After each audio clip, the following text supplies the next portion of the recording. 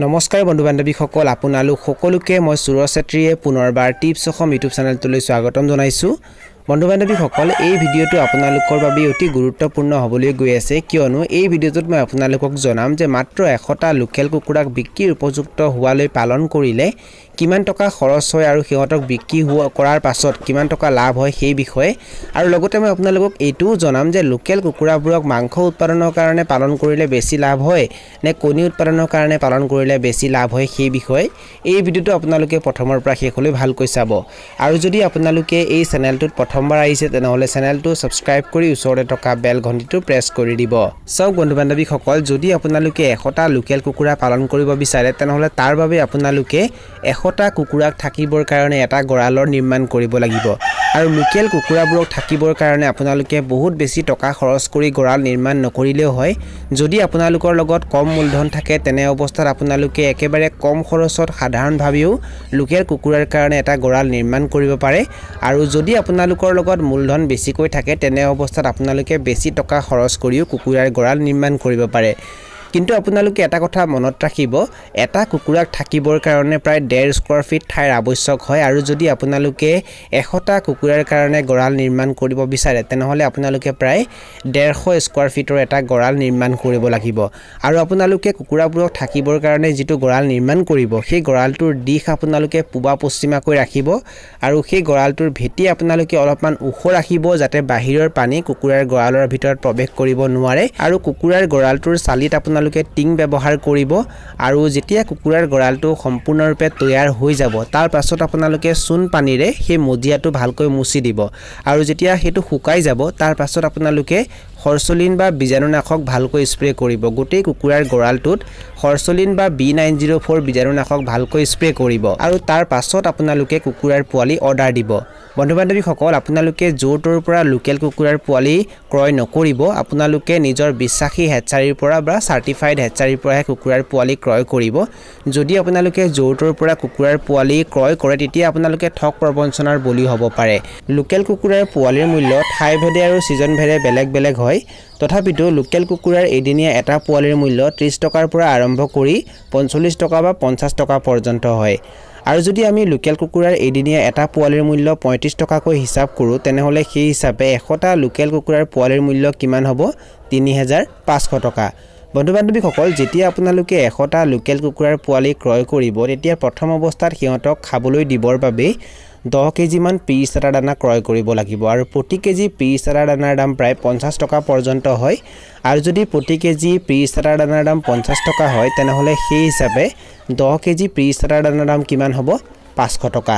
100টা local কুকুৰাৰ কাৰণে আপোনালোকে চাৰা দানাও ক্ৰয় কৰিব লাগিব। আৰু 100টা লোকেল কুকুৰাৰ কাৰণে প্ৰায় আপোনালোকে 350 কেজি চাৰা দানা ক্ৰয় কৰিব লাগিব।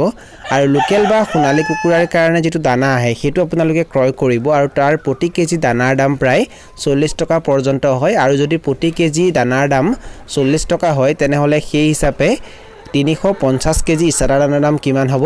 14,000 টকা। মানে আপোনালোকে প্ৰি ষ্টাৰ্টাৰ আৰু ষ্টাৰ্টাৰ মিলাই প্ৰায় 360 কেজি দানা ক্ৰয় কৰিব লাগিব। আৰু 360 কেজি দানাৰ দাম কিমান হ'ব? 14,500 টকা। লোকেল কুকুৰাবোৰৰ বাবে আপোনালোকে ভেকচিনো ক্ৰয় কৰিব লাগিব, এণ্টিবায়'টিকো ক্ৰয় কৰিব লাগিব, ভিটামিনো ক্ৰয় কৰিব লাগিব আৰু কেলছিয়ামো ক্ৰয় কৰিব লাগিব। আৰু এই দৰৱখিনি ক্ৰয় কৰোঁতে আপোনালোকৰ খৰচ হ'ব প্ৰায় 600 টকা। আৰু লোকেল কুকুৰাৰ পোৱালিবোৰক যেতিয়া আপোনালোকে ব্ৰুডিং কৰিব তেতিয়া মজিয়াত পাৰি দিবৰ বাবে আপোনালোকে ধানৰ ভুচিও ক্ৰয় কৰিব লাগিব। আৰু প্ৰথম কেইদিনমান প্ৰায় 5 নম্বৰ দিনাখনলৈকে লোকেল কুকুৰাবোৰক কেৱল ধানৰ ভুচিৰ ওপৰত ৰখা নহয়, ধানৰ ভুচিৰ ওপৰত 2টা তৰপত বাতৰি কাকত পাৰি দিয়া হয় আৰু তাৰ ওপৰতে সিহঁতক ৰাখিব লাগে। আৰু ধানৰ ভুচি আৰু বাতৰি কাকত ক্ৰয় কৰোঁতে আপোনালোকৰ খৰচ হ'ব প্ৰায় 400 টকা, যাতায়াতৰ খৰচ হ'ব প্ৰায় 500 টকা আৰু কাৰেণ্টৰ খৰচ হ'ব প্ৰায় 400 টকা। এতিয়া সৰ্বমুঠ কৰোঁ কিমান হয়? 100টা লোকেল কুকুৰাৰ পোৱালি ক্ৰয় কৰিলে খৰচ হ'ব 3,500 টকা। 360 কেজি দানাৰ দাম হ'ব 14,500 টকা। দৰৱ ক্ৰয় কৰোঁতে খৰচ হ'ব প্ৰায় 600 টকা, যাতায়াতৰ খৰচ হ'ব 500 টকা আৰু কাৰেণ্টৰ খৰচ হ'ব প্ৰায় 400 টকা। সৰ্বমুঠ কিমান হয়? 19,900 টকা। মানে 100টা লোকেল কুকুৰাক বিক্ৰীৰ উপযুক্ত কৰালে আপোনালোকৰ কিমান টকা খৰচ হ'ব পাৰে প্ৰায় 19900 টকা বন্ধু বান্ধৱীসকল ইয়াত যে খৰচ 19900 টকা দেখুৱাইছে এটো অলপমান কম বা বেছি হ'ব পাৰে হেতু নিৰ্ভৰ কৰিব লোকেল কুকুৰাৰ পোৱালিৰ মূল্যৰ ওপৰত আৰু দানাৰ মূল্যৰ ওপৰত এতিয়া মই আপোনালোকক জনাম যে ইমানখিনি টকা খৰচ কৰি যেতিয়া আপোনালোকে লোকেল কুকুৰাবোৰক বিক্ৰীৰ উপযুক্ত কৰিব আৰু বিক্ৰী কৰিব তেতিয়া আপোনালোকে লোকেল কুকুৰাবোৰক কিমান দামত বিক্ৰী কৰিব পাৰিব আৰু কিহতক বিক্ৰী কৰাৰ পাছত আপোনালোকৰ লাভ হ'ব নে লোকসান হ'ব সেই বিষয়ে সব বন্ধু বান্ধৱীসকল যেতিয়া আপোনালোকে ইমানখিনি টকা খৰচ কৰি লোকেল কুকুৰাবোৰক পালন কৰিব তেতিয়া প্ৰায় 3.5 মাহত কিহতবোৰ বিক্ৰীৰ উপযুক্ত হৈ যাব আৰু 3.5 মাহত কিছুমান লোকেল কুকুৰাৰ ওজন 1 কেজি আহিব কিছুমানৰ 900 গ্ৰাম হ'ব আৰু কিছুমানৰ 900 গ্ৰাম প্লাস হ'ব কিন্তু গড় ওজন প্ৰায় 900 গ্ৰাম হৈ যাব আৰু 100টা লোকেল কুকুৰা যে আপোনালোকে পালন কৰিব বিক্ৰীৰ উপযুক্ত হোৱালৈ গোটেইকেইটা কুকুৰা বাছি নাথাকে কিছুমান কুকুৰা মৃত্যু হ'ব আৰু যদি আমি মৃত্যুৰ নামত 5টা কুকুৰা বিয়োগ কৰি দিওঁ তেতিয়া কেইটা কুকুৰা বাছি থাকিব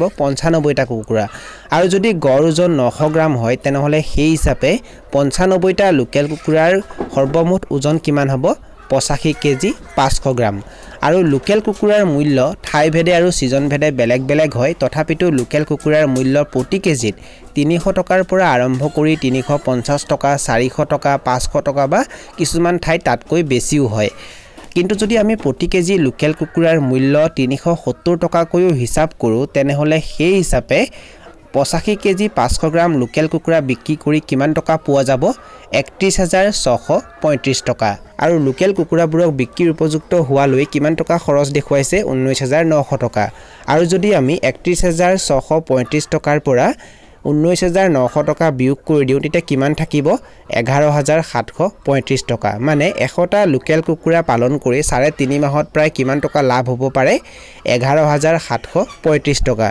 বন্ধু বান্ধৱীসকল যদি আপোনালোকে প্ৰতি মাহে 11735 টকা লাভ অৰ্জন কৰিব বিচাৰে বা উপাৰ্জন কৰিব বিচাৰে তেনেহলে তাৰ বাবে আপোনালোকে প্ৰতি মাহে ফাৰ্মত 100টা লোকেল কুকুৰাৰ পোৱালি ভৰাব লাগিব আৰু যদি আপোনালোকে প্ৰতি মাহে ফাৰ্মত 100টা লোকেল কুকুৰাৰ পোৱালি ভৰাই যায় তেতিয়া আপোনালোকে প্ৰতি মাহে লোকেল কুকুৰাবোৰক বিক্ৰী কৰিব পাৰিব আৰু প্ৰতি মাহে লোকেল কুকুৰা বিক্ৰী কৰি আপোনালোকে কিমান টকা উপাৰ্জন কৰিব পাৰিব প্ৰায় 11735 টকা এতিয়া মই আপোনালোকক জনাম যে লোকেল কুকুৰাবোৰক মাংস উৎপাদনৰ কাৰণে পালন কৰিলে বেছিকৈ লাভ হয় নে কণী উৎপাদনৰ কাৰণে পালন কৰিলে বেছিকৈ লাভ হয় সেই বিষয়ে এই ভিডিওটো আপোনালোকে স্কিপ নকৰাকৈ শেষলৈ চাব সব বন্ধু বান্ধৱীসকল লোকেল কুকুৰাবোৰে এবছৰত প্ৰায় 60টাৰ পৰা 70টাহে কণী দিয়ে আৰু যদি আপোনালোকে লোকেল কুকুৰাবোৰক কণী উৎপাদনৰ কাৰণে পালন কৰে আৰু লোকেল কুকুৰাবোৰৰ কণী যদি আপোনালোকে বিক্ৰী কৰে তেতিয়া কিন্তু আপোনালোকৰ লোকসান হ'ব কিন্তু যদি আপোনালোকে লোকেল কুকুৰাবোৰক মাংস উৎপাদনৰ কাৰণে পালন কৰে তেতিয়া কিন্তু আপোনালোকৰ লাভ হ'ব লোকেল কুকুৰাবোৰক কণী উৎপাদনৰ কাৰণে পালন কৰাতকৈ মাংস উৎপাদনৰ কাৰণে পালন কৰিলে বেছিকৈ লাভ হয় লোকেল কুকুৰাবোৰক যদি আপোনালোকে কণী উৎপাদনৰ কাৰণে পালন কৰি লাভ অৰ্জন কৰিব বিচাৰে তেনেহলে তাৰ বাবে আপোনালোকে কাম এটা কৰিব পাৰে লোকেল কুকুৰাবোৰে যেতিয়া কণী পাৰিব সেই কণীসমূহ বিক্ৰী নকৰি আপোনালোকে ইনকুবেটৰ মেচিনত ভৰাব আৰু যেতিয়া আপোনালোকে লোকেল কুকুৰাৰ কণী ইনকুবেটৰ মেচিনত ভৰাব তেতিয়া প্ৰায় 18 পৰা 20 দিনৰ ভিতৰত তাৰ পৰা পোৱালি ওলাই যায় আৰু সেই পোৱালিখিনি আপোনালোকে বিক্ৰীও কৰিব পাৰে নাইবা সেই পোৱালিখিনি ডাঙৰ কৰিও বিক্ৰী কৰিব পাৰে যদি আপোনালোকে সেই পোৱালিখিনি বিক্ৰী কৰে তেতিয়া এদিনীয়া পোৱালি বিক্ৰী কৰি আপোনালোকে প্ৰায় 35 টকাৰ পৰা আৰম্ভ কৰি 50 টকা পৰ্যন্ত লাভ কৰিব পাৰে যদি আপোনালোকে লোকেল কুকুৰাৰ এটা কণী বিক্ৰী কৰে তেতিয়া আপোনালোকে কিমান টকা পাব প্ৰায় 10 পৰা 12 টকা কিন্তু সেই কণী যদি আপোনালোকে বিক্ৰী নকৰি ইনকুবেটৰ মেচিনত ভৰাই দিয়ে তেতিয়া প্ৰায় 18 পৰা 20 দিনৰ ভিতৰত তাৰ পৰা যেতিয়া পোৱালি ওলাব তেতিয়া এটা পোৱালি আপোনালোকে প্ৰায় 35 টকাৰ পৰা আৰম্ভ কৰি 50 টকা লৈকে বিক্ৰী কৰিব পাৰিব এনেকৈ কৰিলে কিন্তু আপোনালোকৰ লাভ হ'ব বন্ধু বান্ধৱীসকল এইখিনি আছিল কিছু তথ্য মই আপোনালোকক জনালো আৰু যদি আপোনালোকে ভিডিওটো চাই ভাল পালে আৰু ভিডিওটোৰ জৰিয়তে কিবা এটা শিকিব পাৰিছো বুলি ভাবে তেনেহলে অনুগ্ৰহ কৰি ভিডিওটো লাইক কৰি দিব আৰু যিমান পাৰে ভিডিওটো নিজৰ বন্ধুবৰ্গৰ মাজত আৰু পৰিয়ালবৰ্গৰ মাজত শ্বেয়াৰ কৰি দিব এই ভিডিওটো এখিনিতে সামৰণি মাৰিছো ধন্যবাদ